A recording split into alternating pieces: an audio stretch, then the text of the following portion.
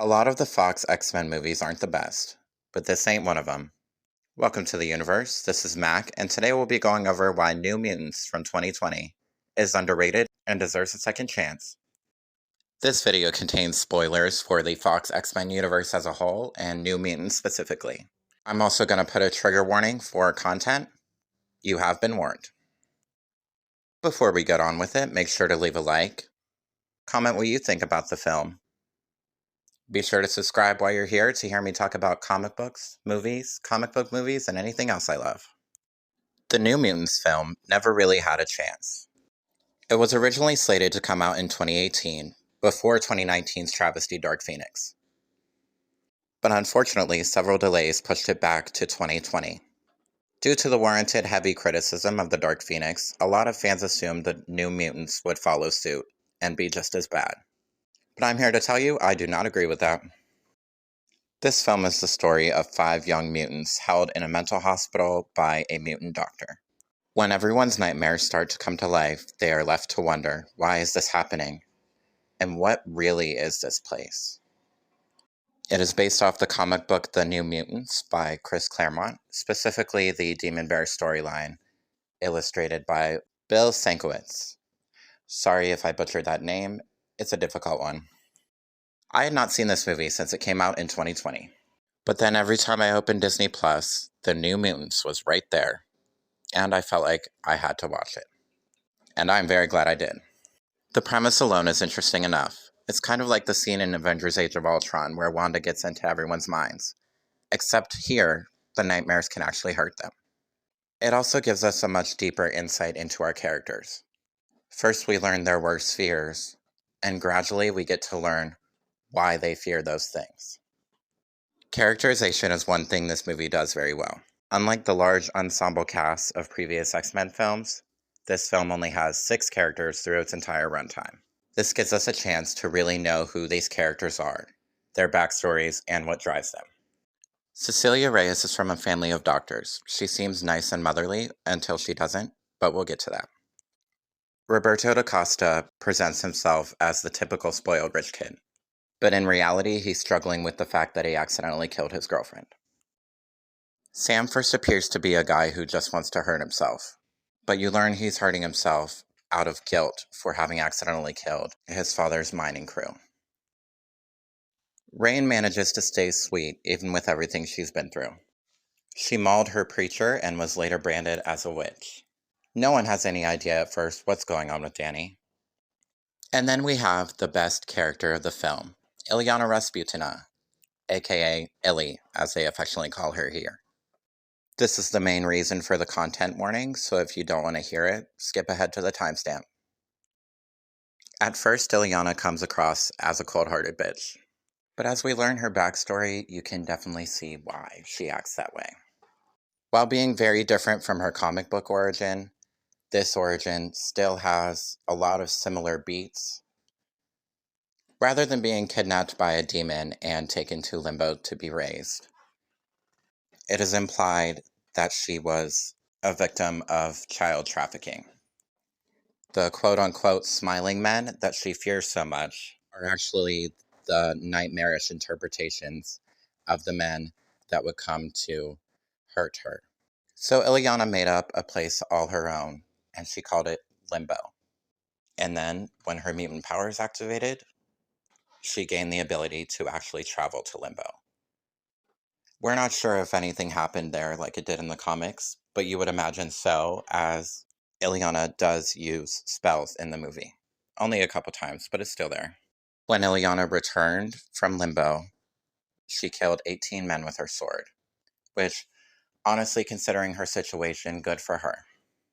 It is also noted in her Essex Corporation file that Ilyana just kind of hates humanity as a whole, which definitely comes across and is understandable, again, considering her situation. And then there's the fact that she's just a badass.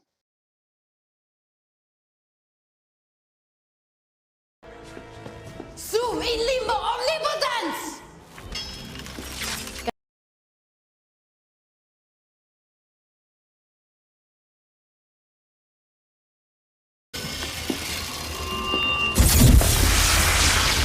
He's right, it's magic. So am I. First, I wanted to talk about the mystery aspect of this film, the part that really worked for me. First, there's the subject of the powers. The whole point of the movie is that they don't know what's going on with Dani and her powers. Furthermore, while Sam and Rain show their powers pretty early on, Roberto and Ileana's powers stay pretty much a secret until towards the end of the film. Of course, the other mystery is, what is this place and why are we here?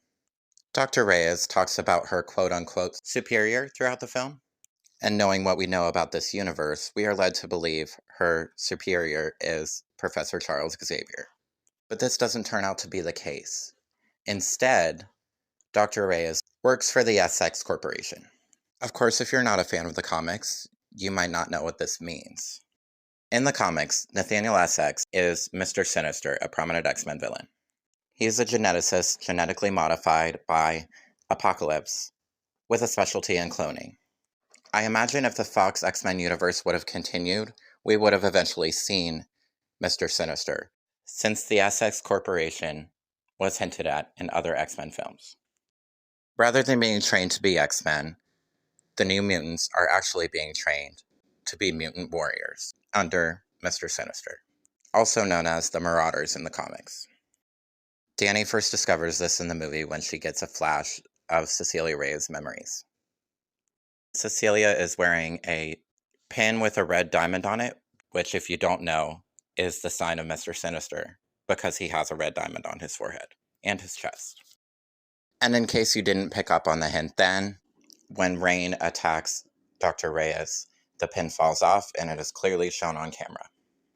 I actually really liked this, because the first hint was so subtle, but if you see it as a comic book fan, you will immediately know what's happening. But then if you didn't notice it, it clearly shows it on the floor. Again, still only comic fans would get it, but at least it's really showing, hey, this is what's happening. This is Mr. Sinister. And of course, the Essex Corporation is confirmed by the end of the film. If this could have ended up going somewhere, it would have been epic, I think. The build-up is very satisfying, and I don't think even comics fans would get it at first. Because traditionally, Cecilia Reyes is a good guy, was a member of the X-Men. So her working for Mr. Sinister instead of Professor Xavier was actually a surprise in the movie. I think this mystery worked better in this movie than mysteries do in a lot of other comic book movies. The reason for that is the comic book stories have to come from somewhere, so comic book fans will know the ending. This, they twisted it so you wouldn't know the ending, so it would actually be a surprise. I also really like the horror aspects of this movie. I would say Sam's is probably the weakest, but the rest of the characters have pretty scary fears. The image of Rain's bloody, mauled preacher coming back to brand her again. The burned hand that slowly comes out of the pool and touches Roberto on his back. And the smiling men, who honestly could probably carry their own horror franchise. Apart from the mutant powers of the main characters and their living nightmares, this movie feels real to me, especially the dialogue. Here comes another discussion under that content warning, so if you want to skip it, here's the timestamp.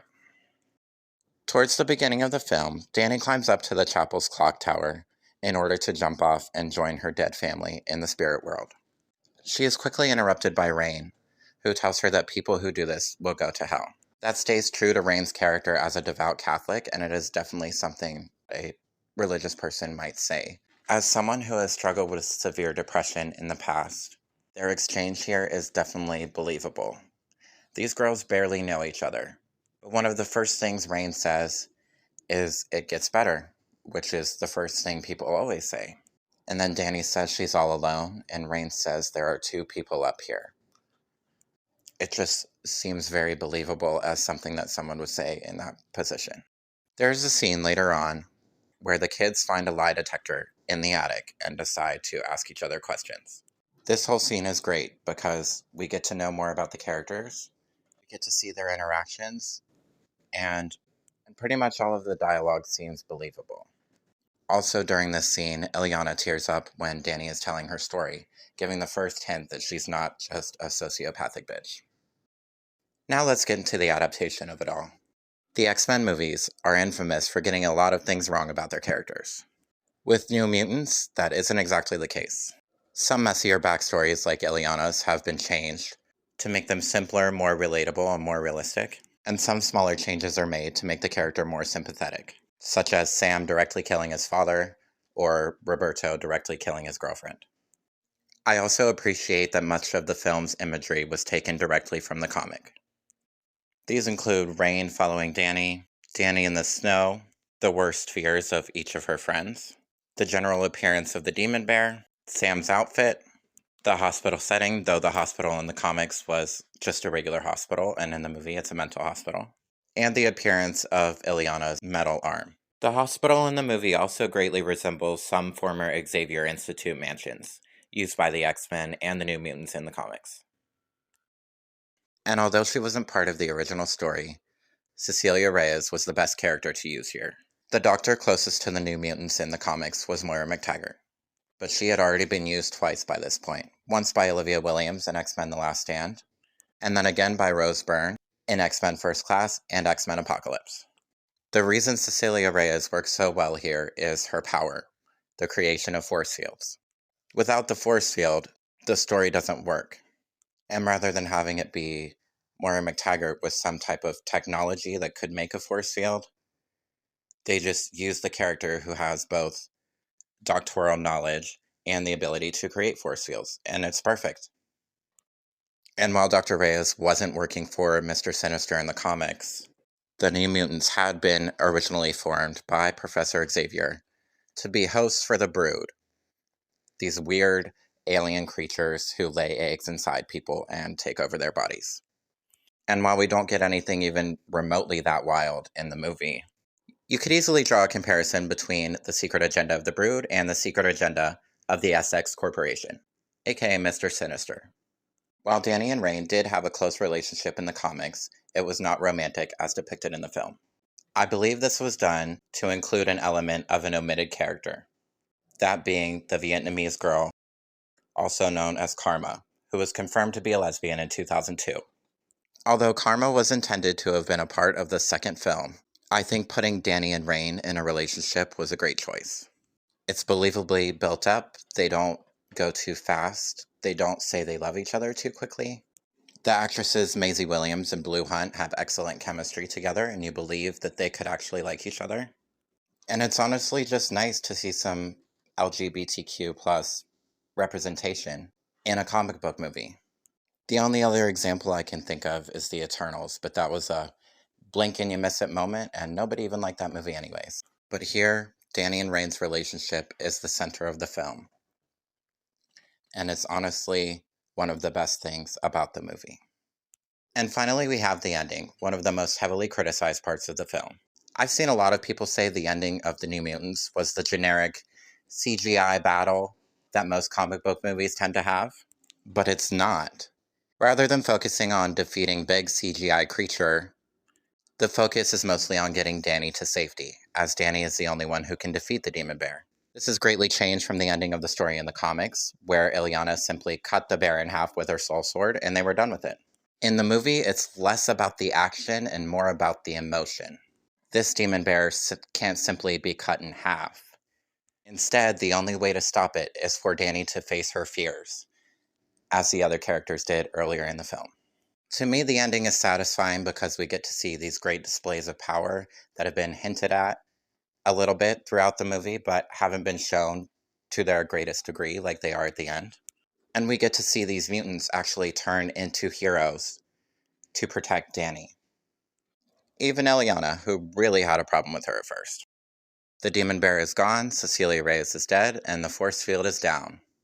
The New Mutants pack their bags and leave the mental hospital for who knows what. This film was intended to be the first in a trilogy, much like other films, but unfortunately we all know what happened to that. Or maybe fortunately, I'm not sure how good the second film would have been. The intention of writer-director Josh Boone was to have a second movie with an invasion horror kind of movie feel, that would introduce the Phalanx, including the mutant Phalanx, Warlock, as well as previously mentioned mutant Karma. But as it stands, I don't think we'll ever see these characters again or where their story ended up. But if they could bring any of the characters with their actors from this universe, I would hope it would be Magic. Because she was the most interesting, she was a badass, she had the best lines. It's Anya Taylor-Joy. No brainer. Just give Magic a big role. So that's it. Those are all the reasons why I think The New Mutants is great and it deserves a second chance. What do you think of this film? Did you love it? Did you hate it? Do you wish the universe could have continued? Let me know in the comments. Click the like button and subscribe to become part of the universe. Thanks for hanging out, guys. I'll see you next time.